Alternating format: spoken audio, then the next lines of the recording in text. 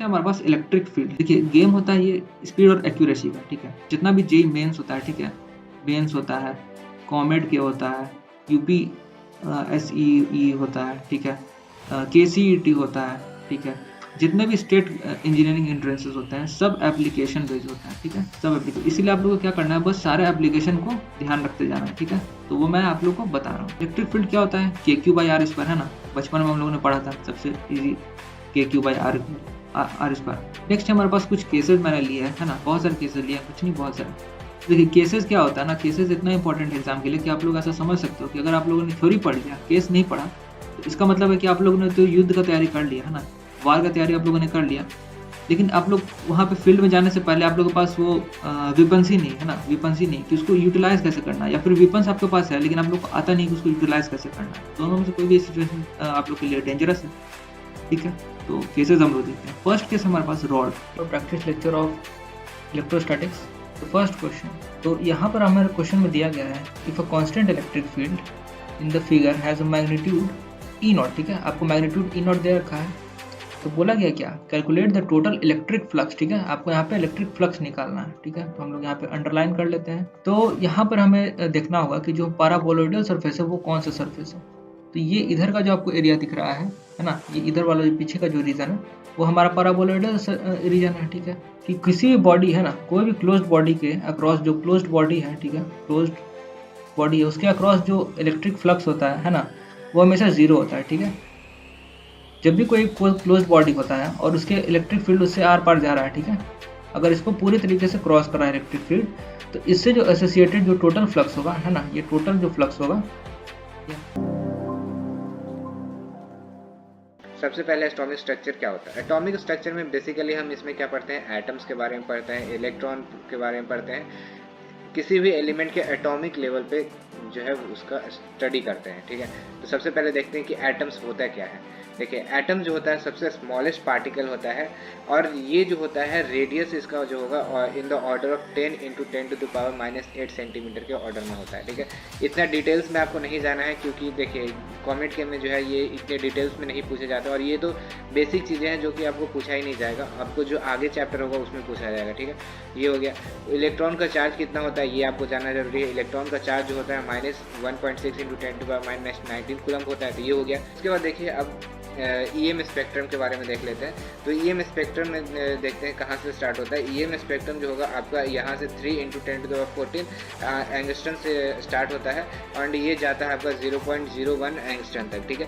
तो सबसे पहले क्या आएगा, सबसे पहले यहाँ तो आप देखो कि रेडियो वेव्स आएगा, फिर माइक्रो वेव्स आएगा, ठीक है, इंफ्रारेड आएगा, फिर विजिबल रेज आएगा, ठीक है, फिर UV आएगा एंड एक्स रेज आएंगे, एंड फिर गामा रेज आएगा, ठीक है। तो इसमें क्या होगा, जैसे जैसे आप रेडियो वेव से लेके गामा रेज की ओर बढ़ोगे, तो यहाँ क्या हो गया, फ्रीक्वेंसी जो होता है इंक्रीज कर रहा है, एंड आपका ये जो आपका एनर्जी जो है वो इंक्रीज कर रहा है, बट वेवलेंथ क्या हो जाएगा, वो शॉर्ट होता चला जाएगा, ठीक है। यानी कि सबसे बड़ा वेवलेंथ हमसे बोला जाए तो सबसे बड़ा वेवलेंथ जो होगा वो होगा आपका गामा रेज का। इस lecture we will be discussing about trigonometric function. देखिए सो हम अगर ट्रिग्नोमेट्रिक फंक्शंस के बारे में बात करें तो उतना ये कुछ खास चैप्टर है नहीं on the point of question कुछ इतना खास उससे इससे बनता नहीं है, ठीक है। बट ये आपको बेसिक क्वेश्चन है, बेसिक चैप्टर है, जिसमें आपको कुछ कुछ इंपॉर्टेंट फार्मूला है, जिसमें फंडामेंटल कुछ फार्मूलाज हैं जो आपको फर्दर 11th और 12th स्टैंडर्ड में आगे आने वाले चैप्टर्स में यूज़ होंगे, और इनसे क्वेश्चंस आता भी है तो बेसिक लेवल का क्वेश्चन आता है। मैं आपको प्रैक्टिस करवा दूंगा कुछ वैसे क्वेश्चंस। तो ये बेसिक से फार्मूला जो ये सब जो है वो सब पता होगा, बट फिर भी एक बार डिस्कस करता हूँ। और याद रखिएगा ये सब जो है आपको सारा लर्न करने वाला है। इसमें मैं क्वेश्चन के पहले जितना भी करवा रहा हूँ ये सब कुछ आपको लर्न करने वाला है, रिकॉल करने वाला है। तो आपको उसको अच्छे से नोट्स को डाउनलोड करके लर्न करते रहेगा टाइम टू टाइम, तो आपको जो दिमाग में बैठा रहेगा तो ये क्वेश्चन बहुत इजीली इससे सॉल्व हो जाएगा। ये सब फार्मूला बहुत इजीली आपको हेल्प करेगा सॉल्व करने में कोई भी क्वेश्चन को, ठीक है। सबसे पहला फार्मूला है हमारा sin square theta plus cos square theta. अब हम सीखते हैं यहाँ पे फैक्टराइजेशन फार्मूला। ये फार्मूला बहुत इंपॉर्टेंट है, ठीक है। ये जो इतने भी ये जो पूरे हैं ये बहुत इंपॉर्टेंट है। ये आपको क्वेश्चन में सबसे ज़्यादा जो ट्रिग्नोमेट्रिक फंक्शन जितने भी क्वेश्चन आएंगे उसमें ये फार्मूला यूज़ होना निश्चित है। इसको यूज़ किया जाता है सम और डिफरेंस को, सम या फिर डिफरेंस जो रहेगा उसको प्रोडक्ट में बदलने के लिए यूज़ किया जाता है, ठीक है।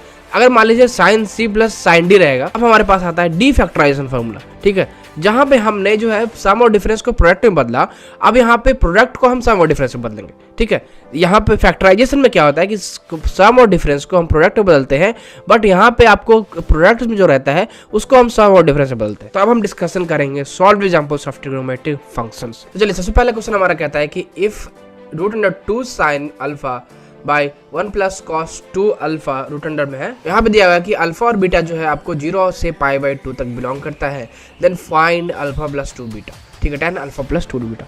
देखिए यहाँ से समझ में आ रहा है आपको कि ये जो फॉर्मूला है आपको tan a प्लस b का फॉर्मूला है। तो इसमें कौन सा फॉर्मूला हमें यूज करना है, tan a प्लस b वाला फॉर्मूला यूज कीजिएगा। तो सबसे पहले आपको जो फॉर्मूला जो है आपको उसके हिसाब से हम इसको पहले तोड़ लीजिए। तो इसका tan a प्लस b का फॉर्मूला क्या होता है, tan a plus tan b by 1 minus tan a tan b, ठीक है। बहुत इजीली क्वेश्चन सॉल्व हो जाएगा। अब इस वीडियो को पॉज कीजिए, यहाँ मैंने एक सबसे बड़ा हिंट आपको दे दिया है। अब इस वीडियो को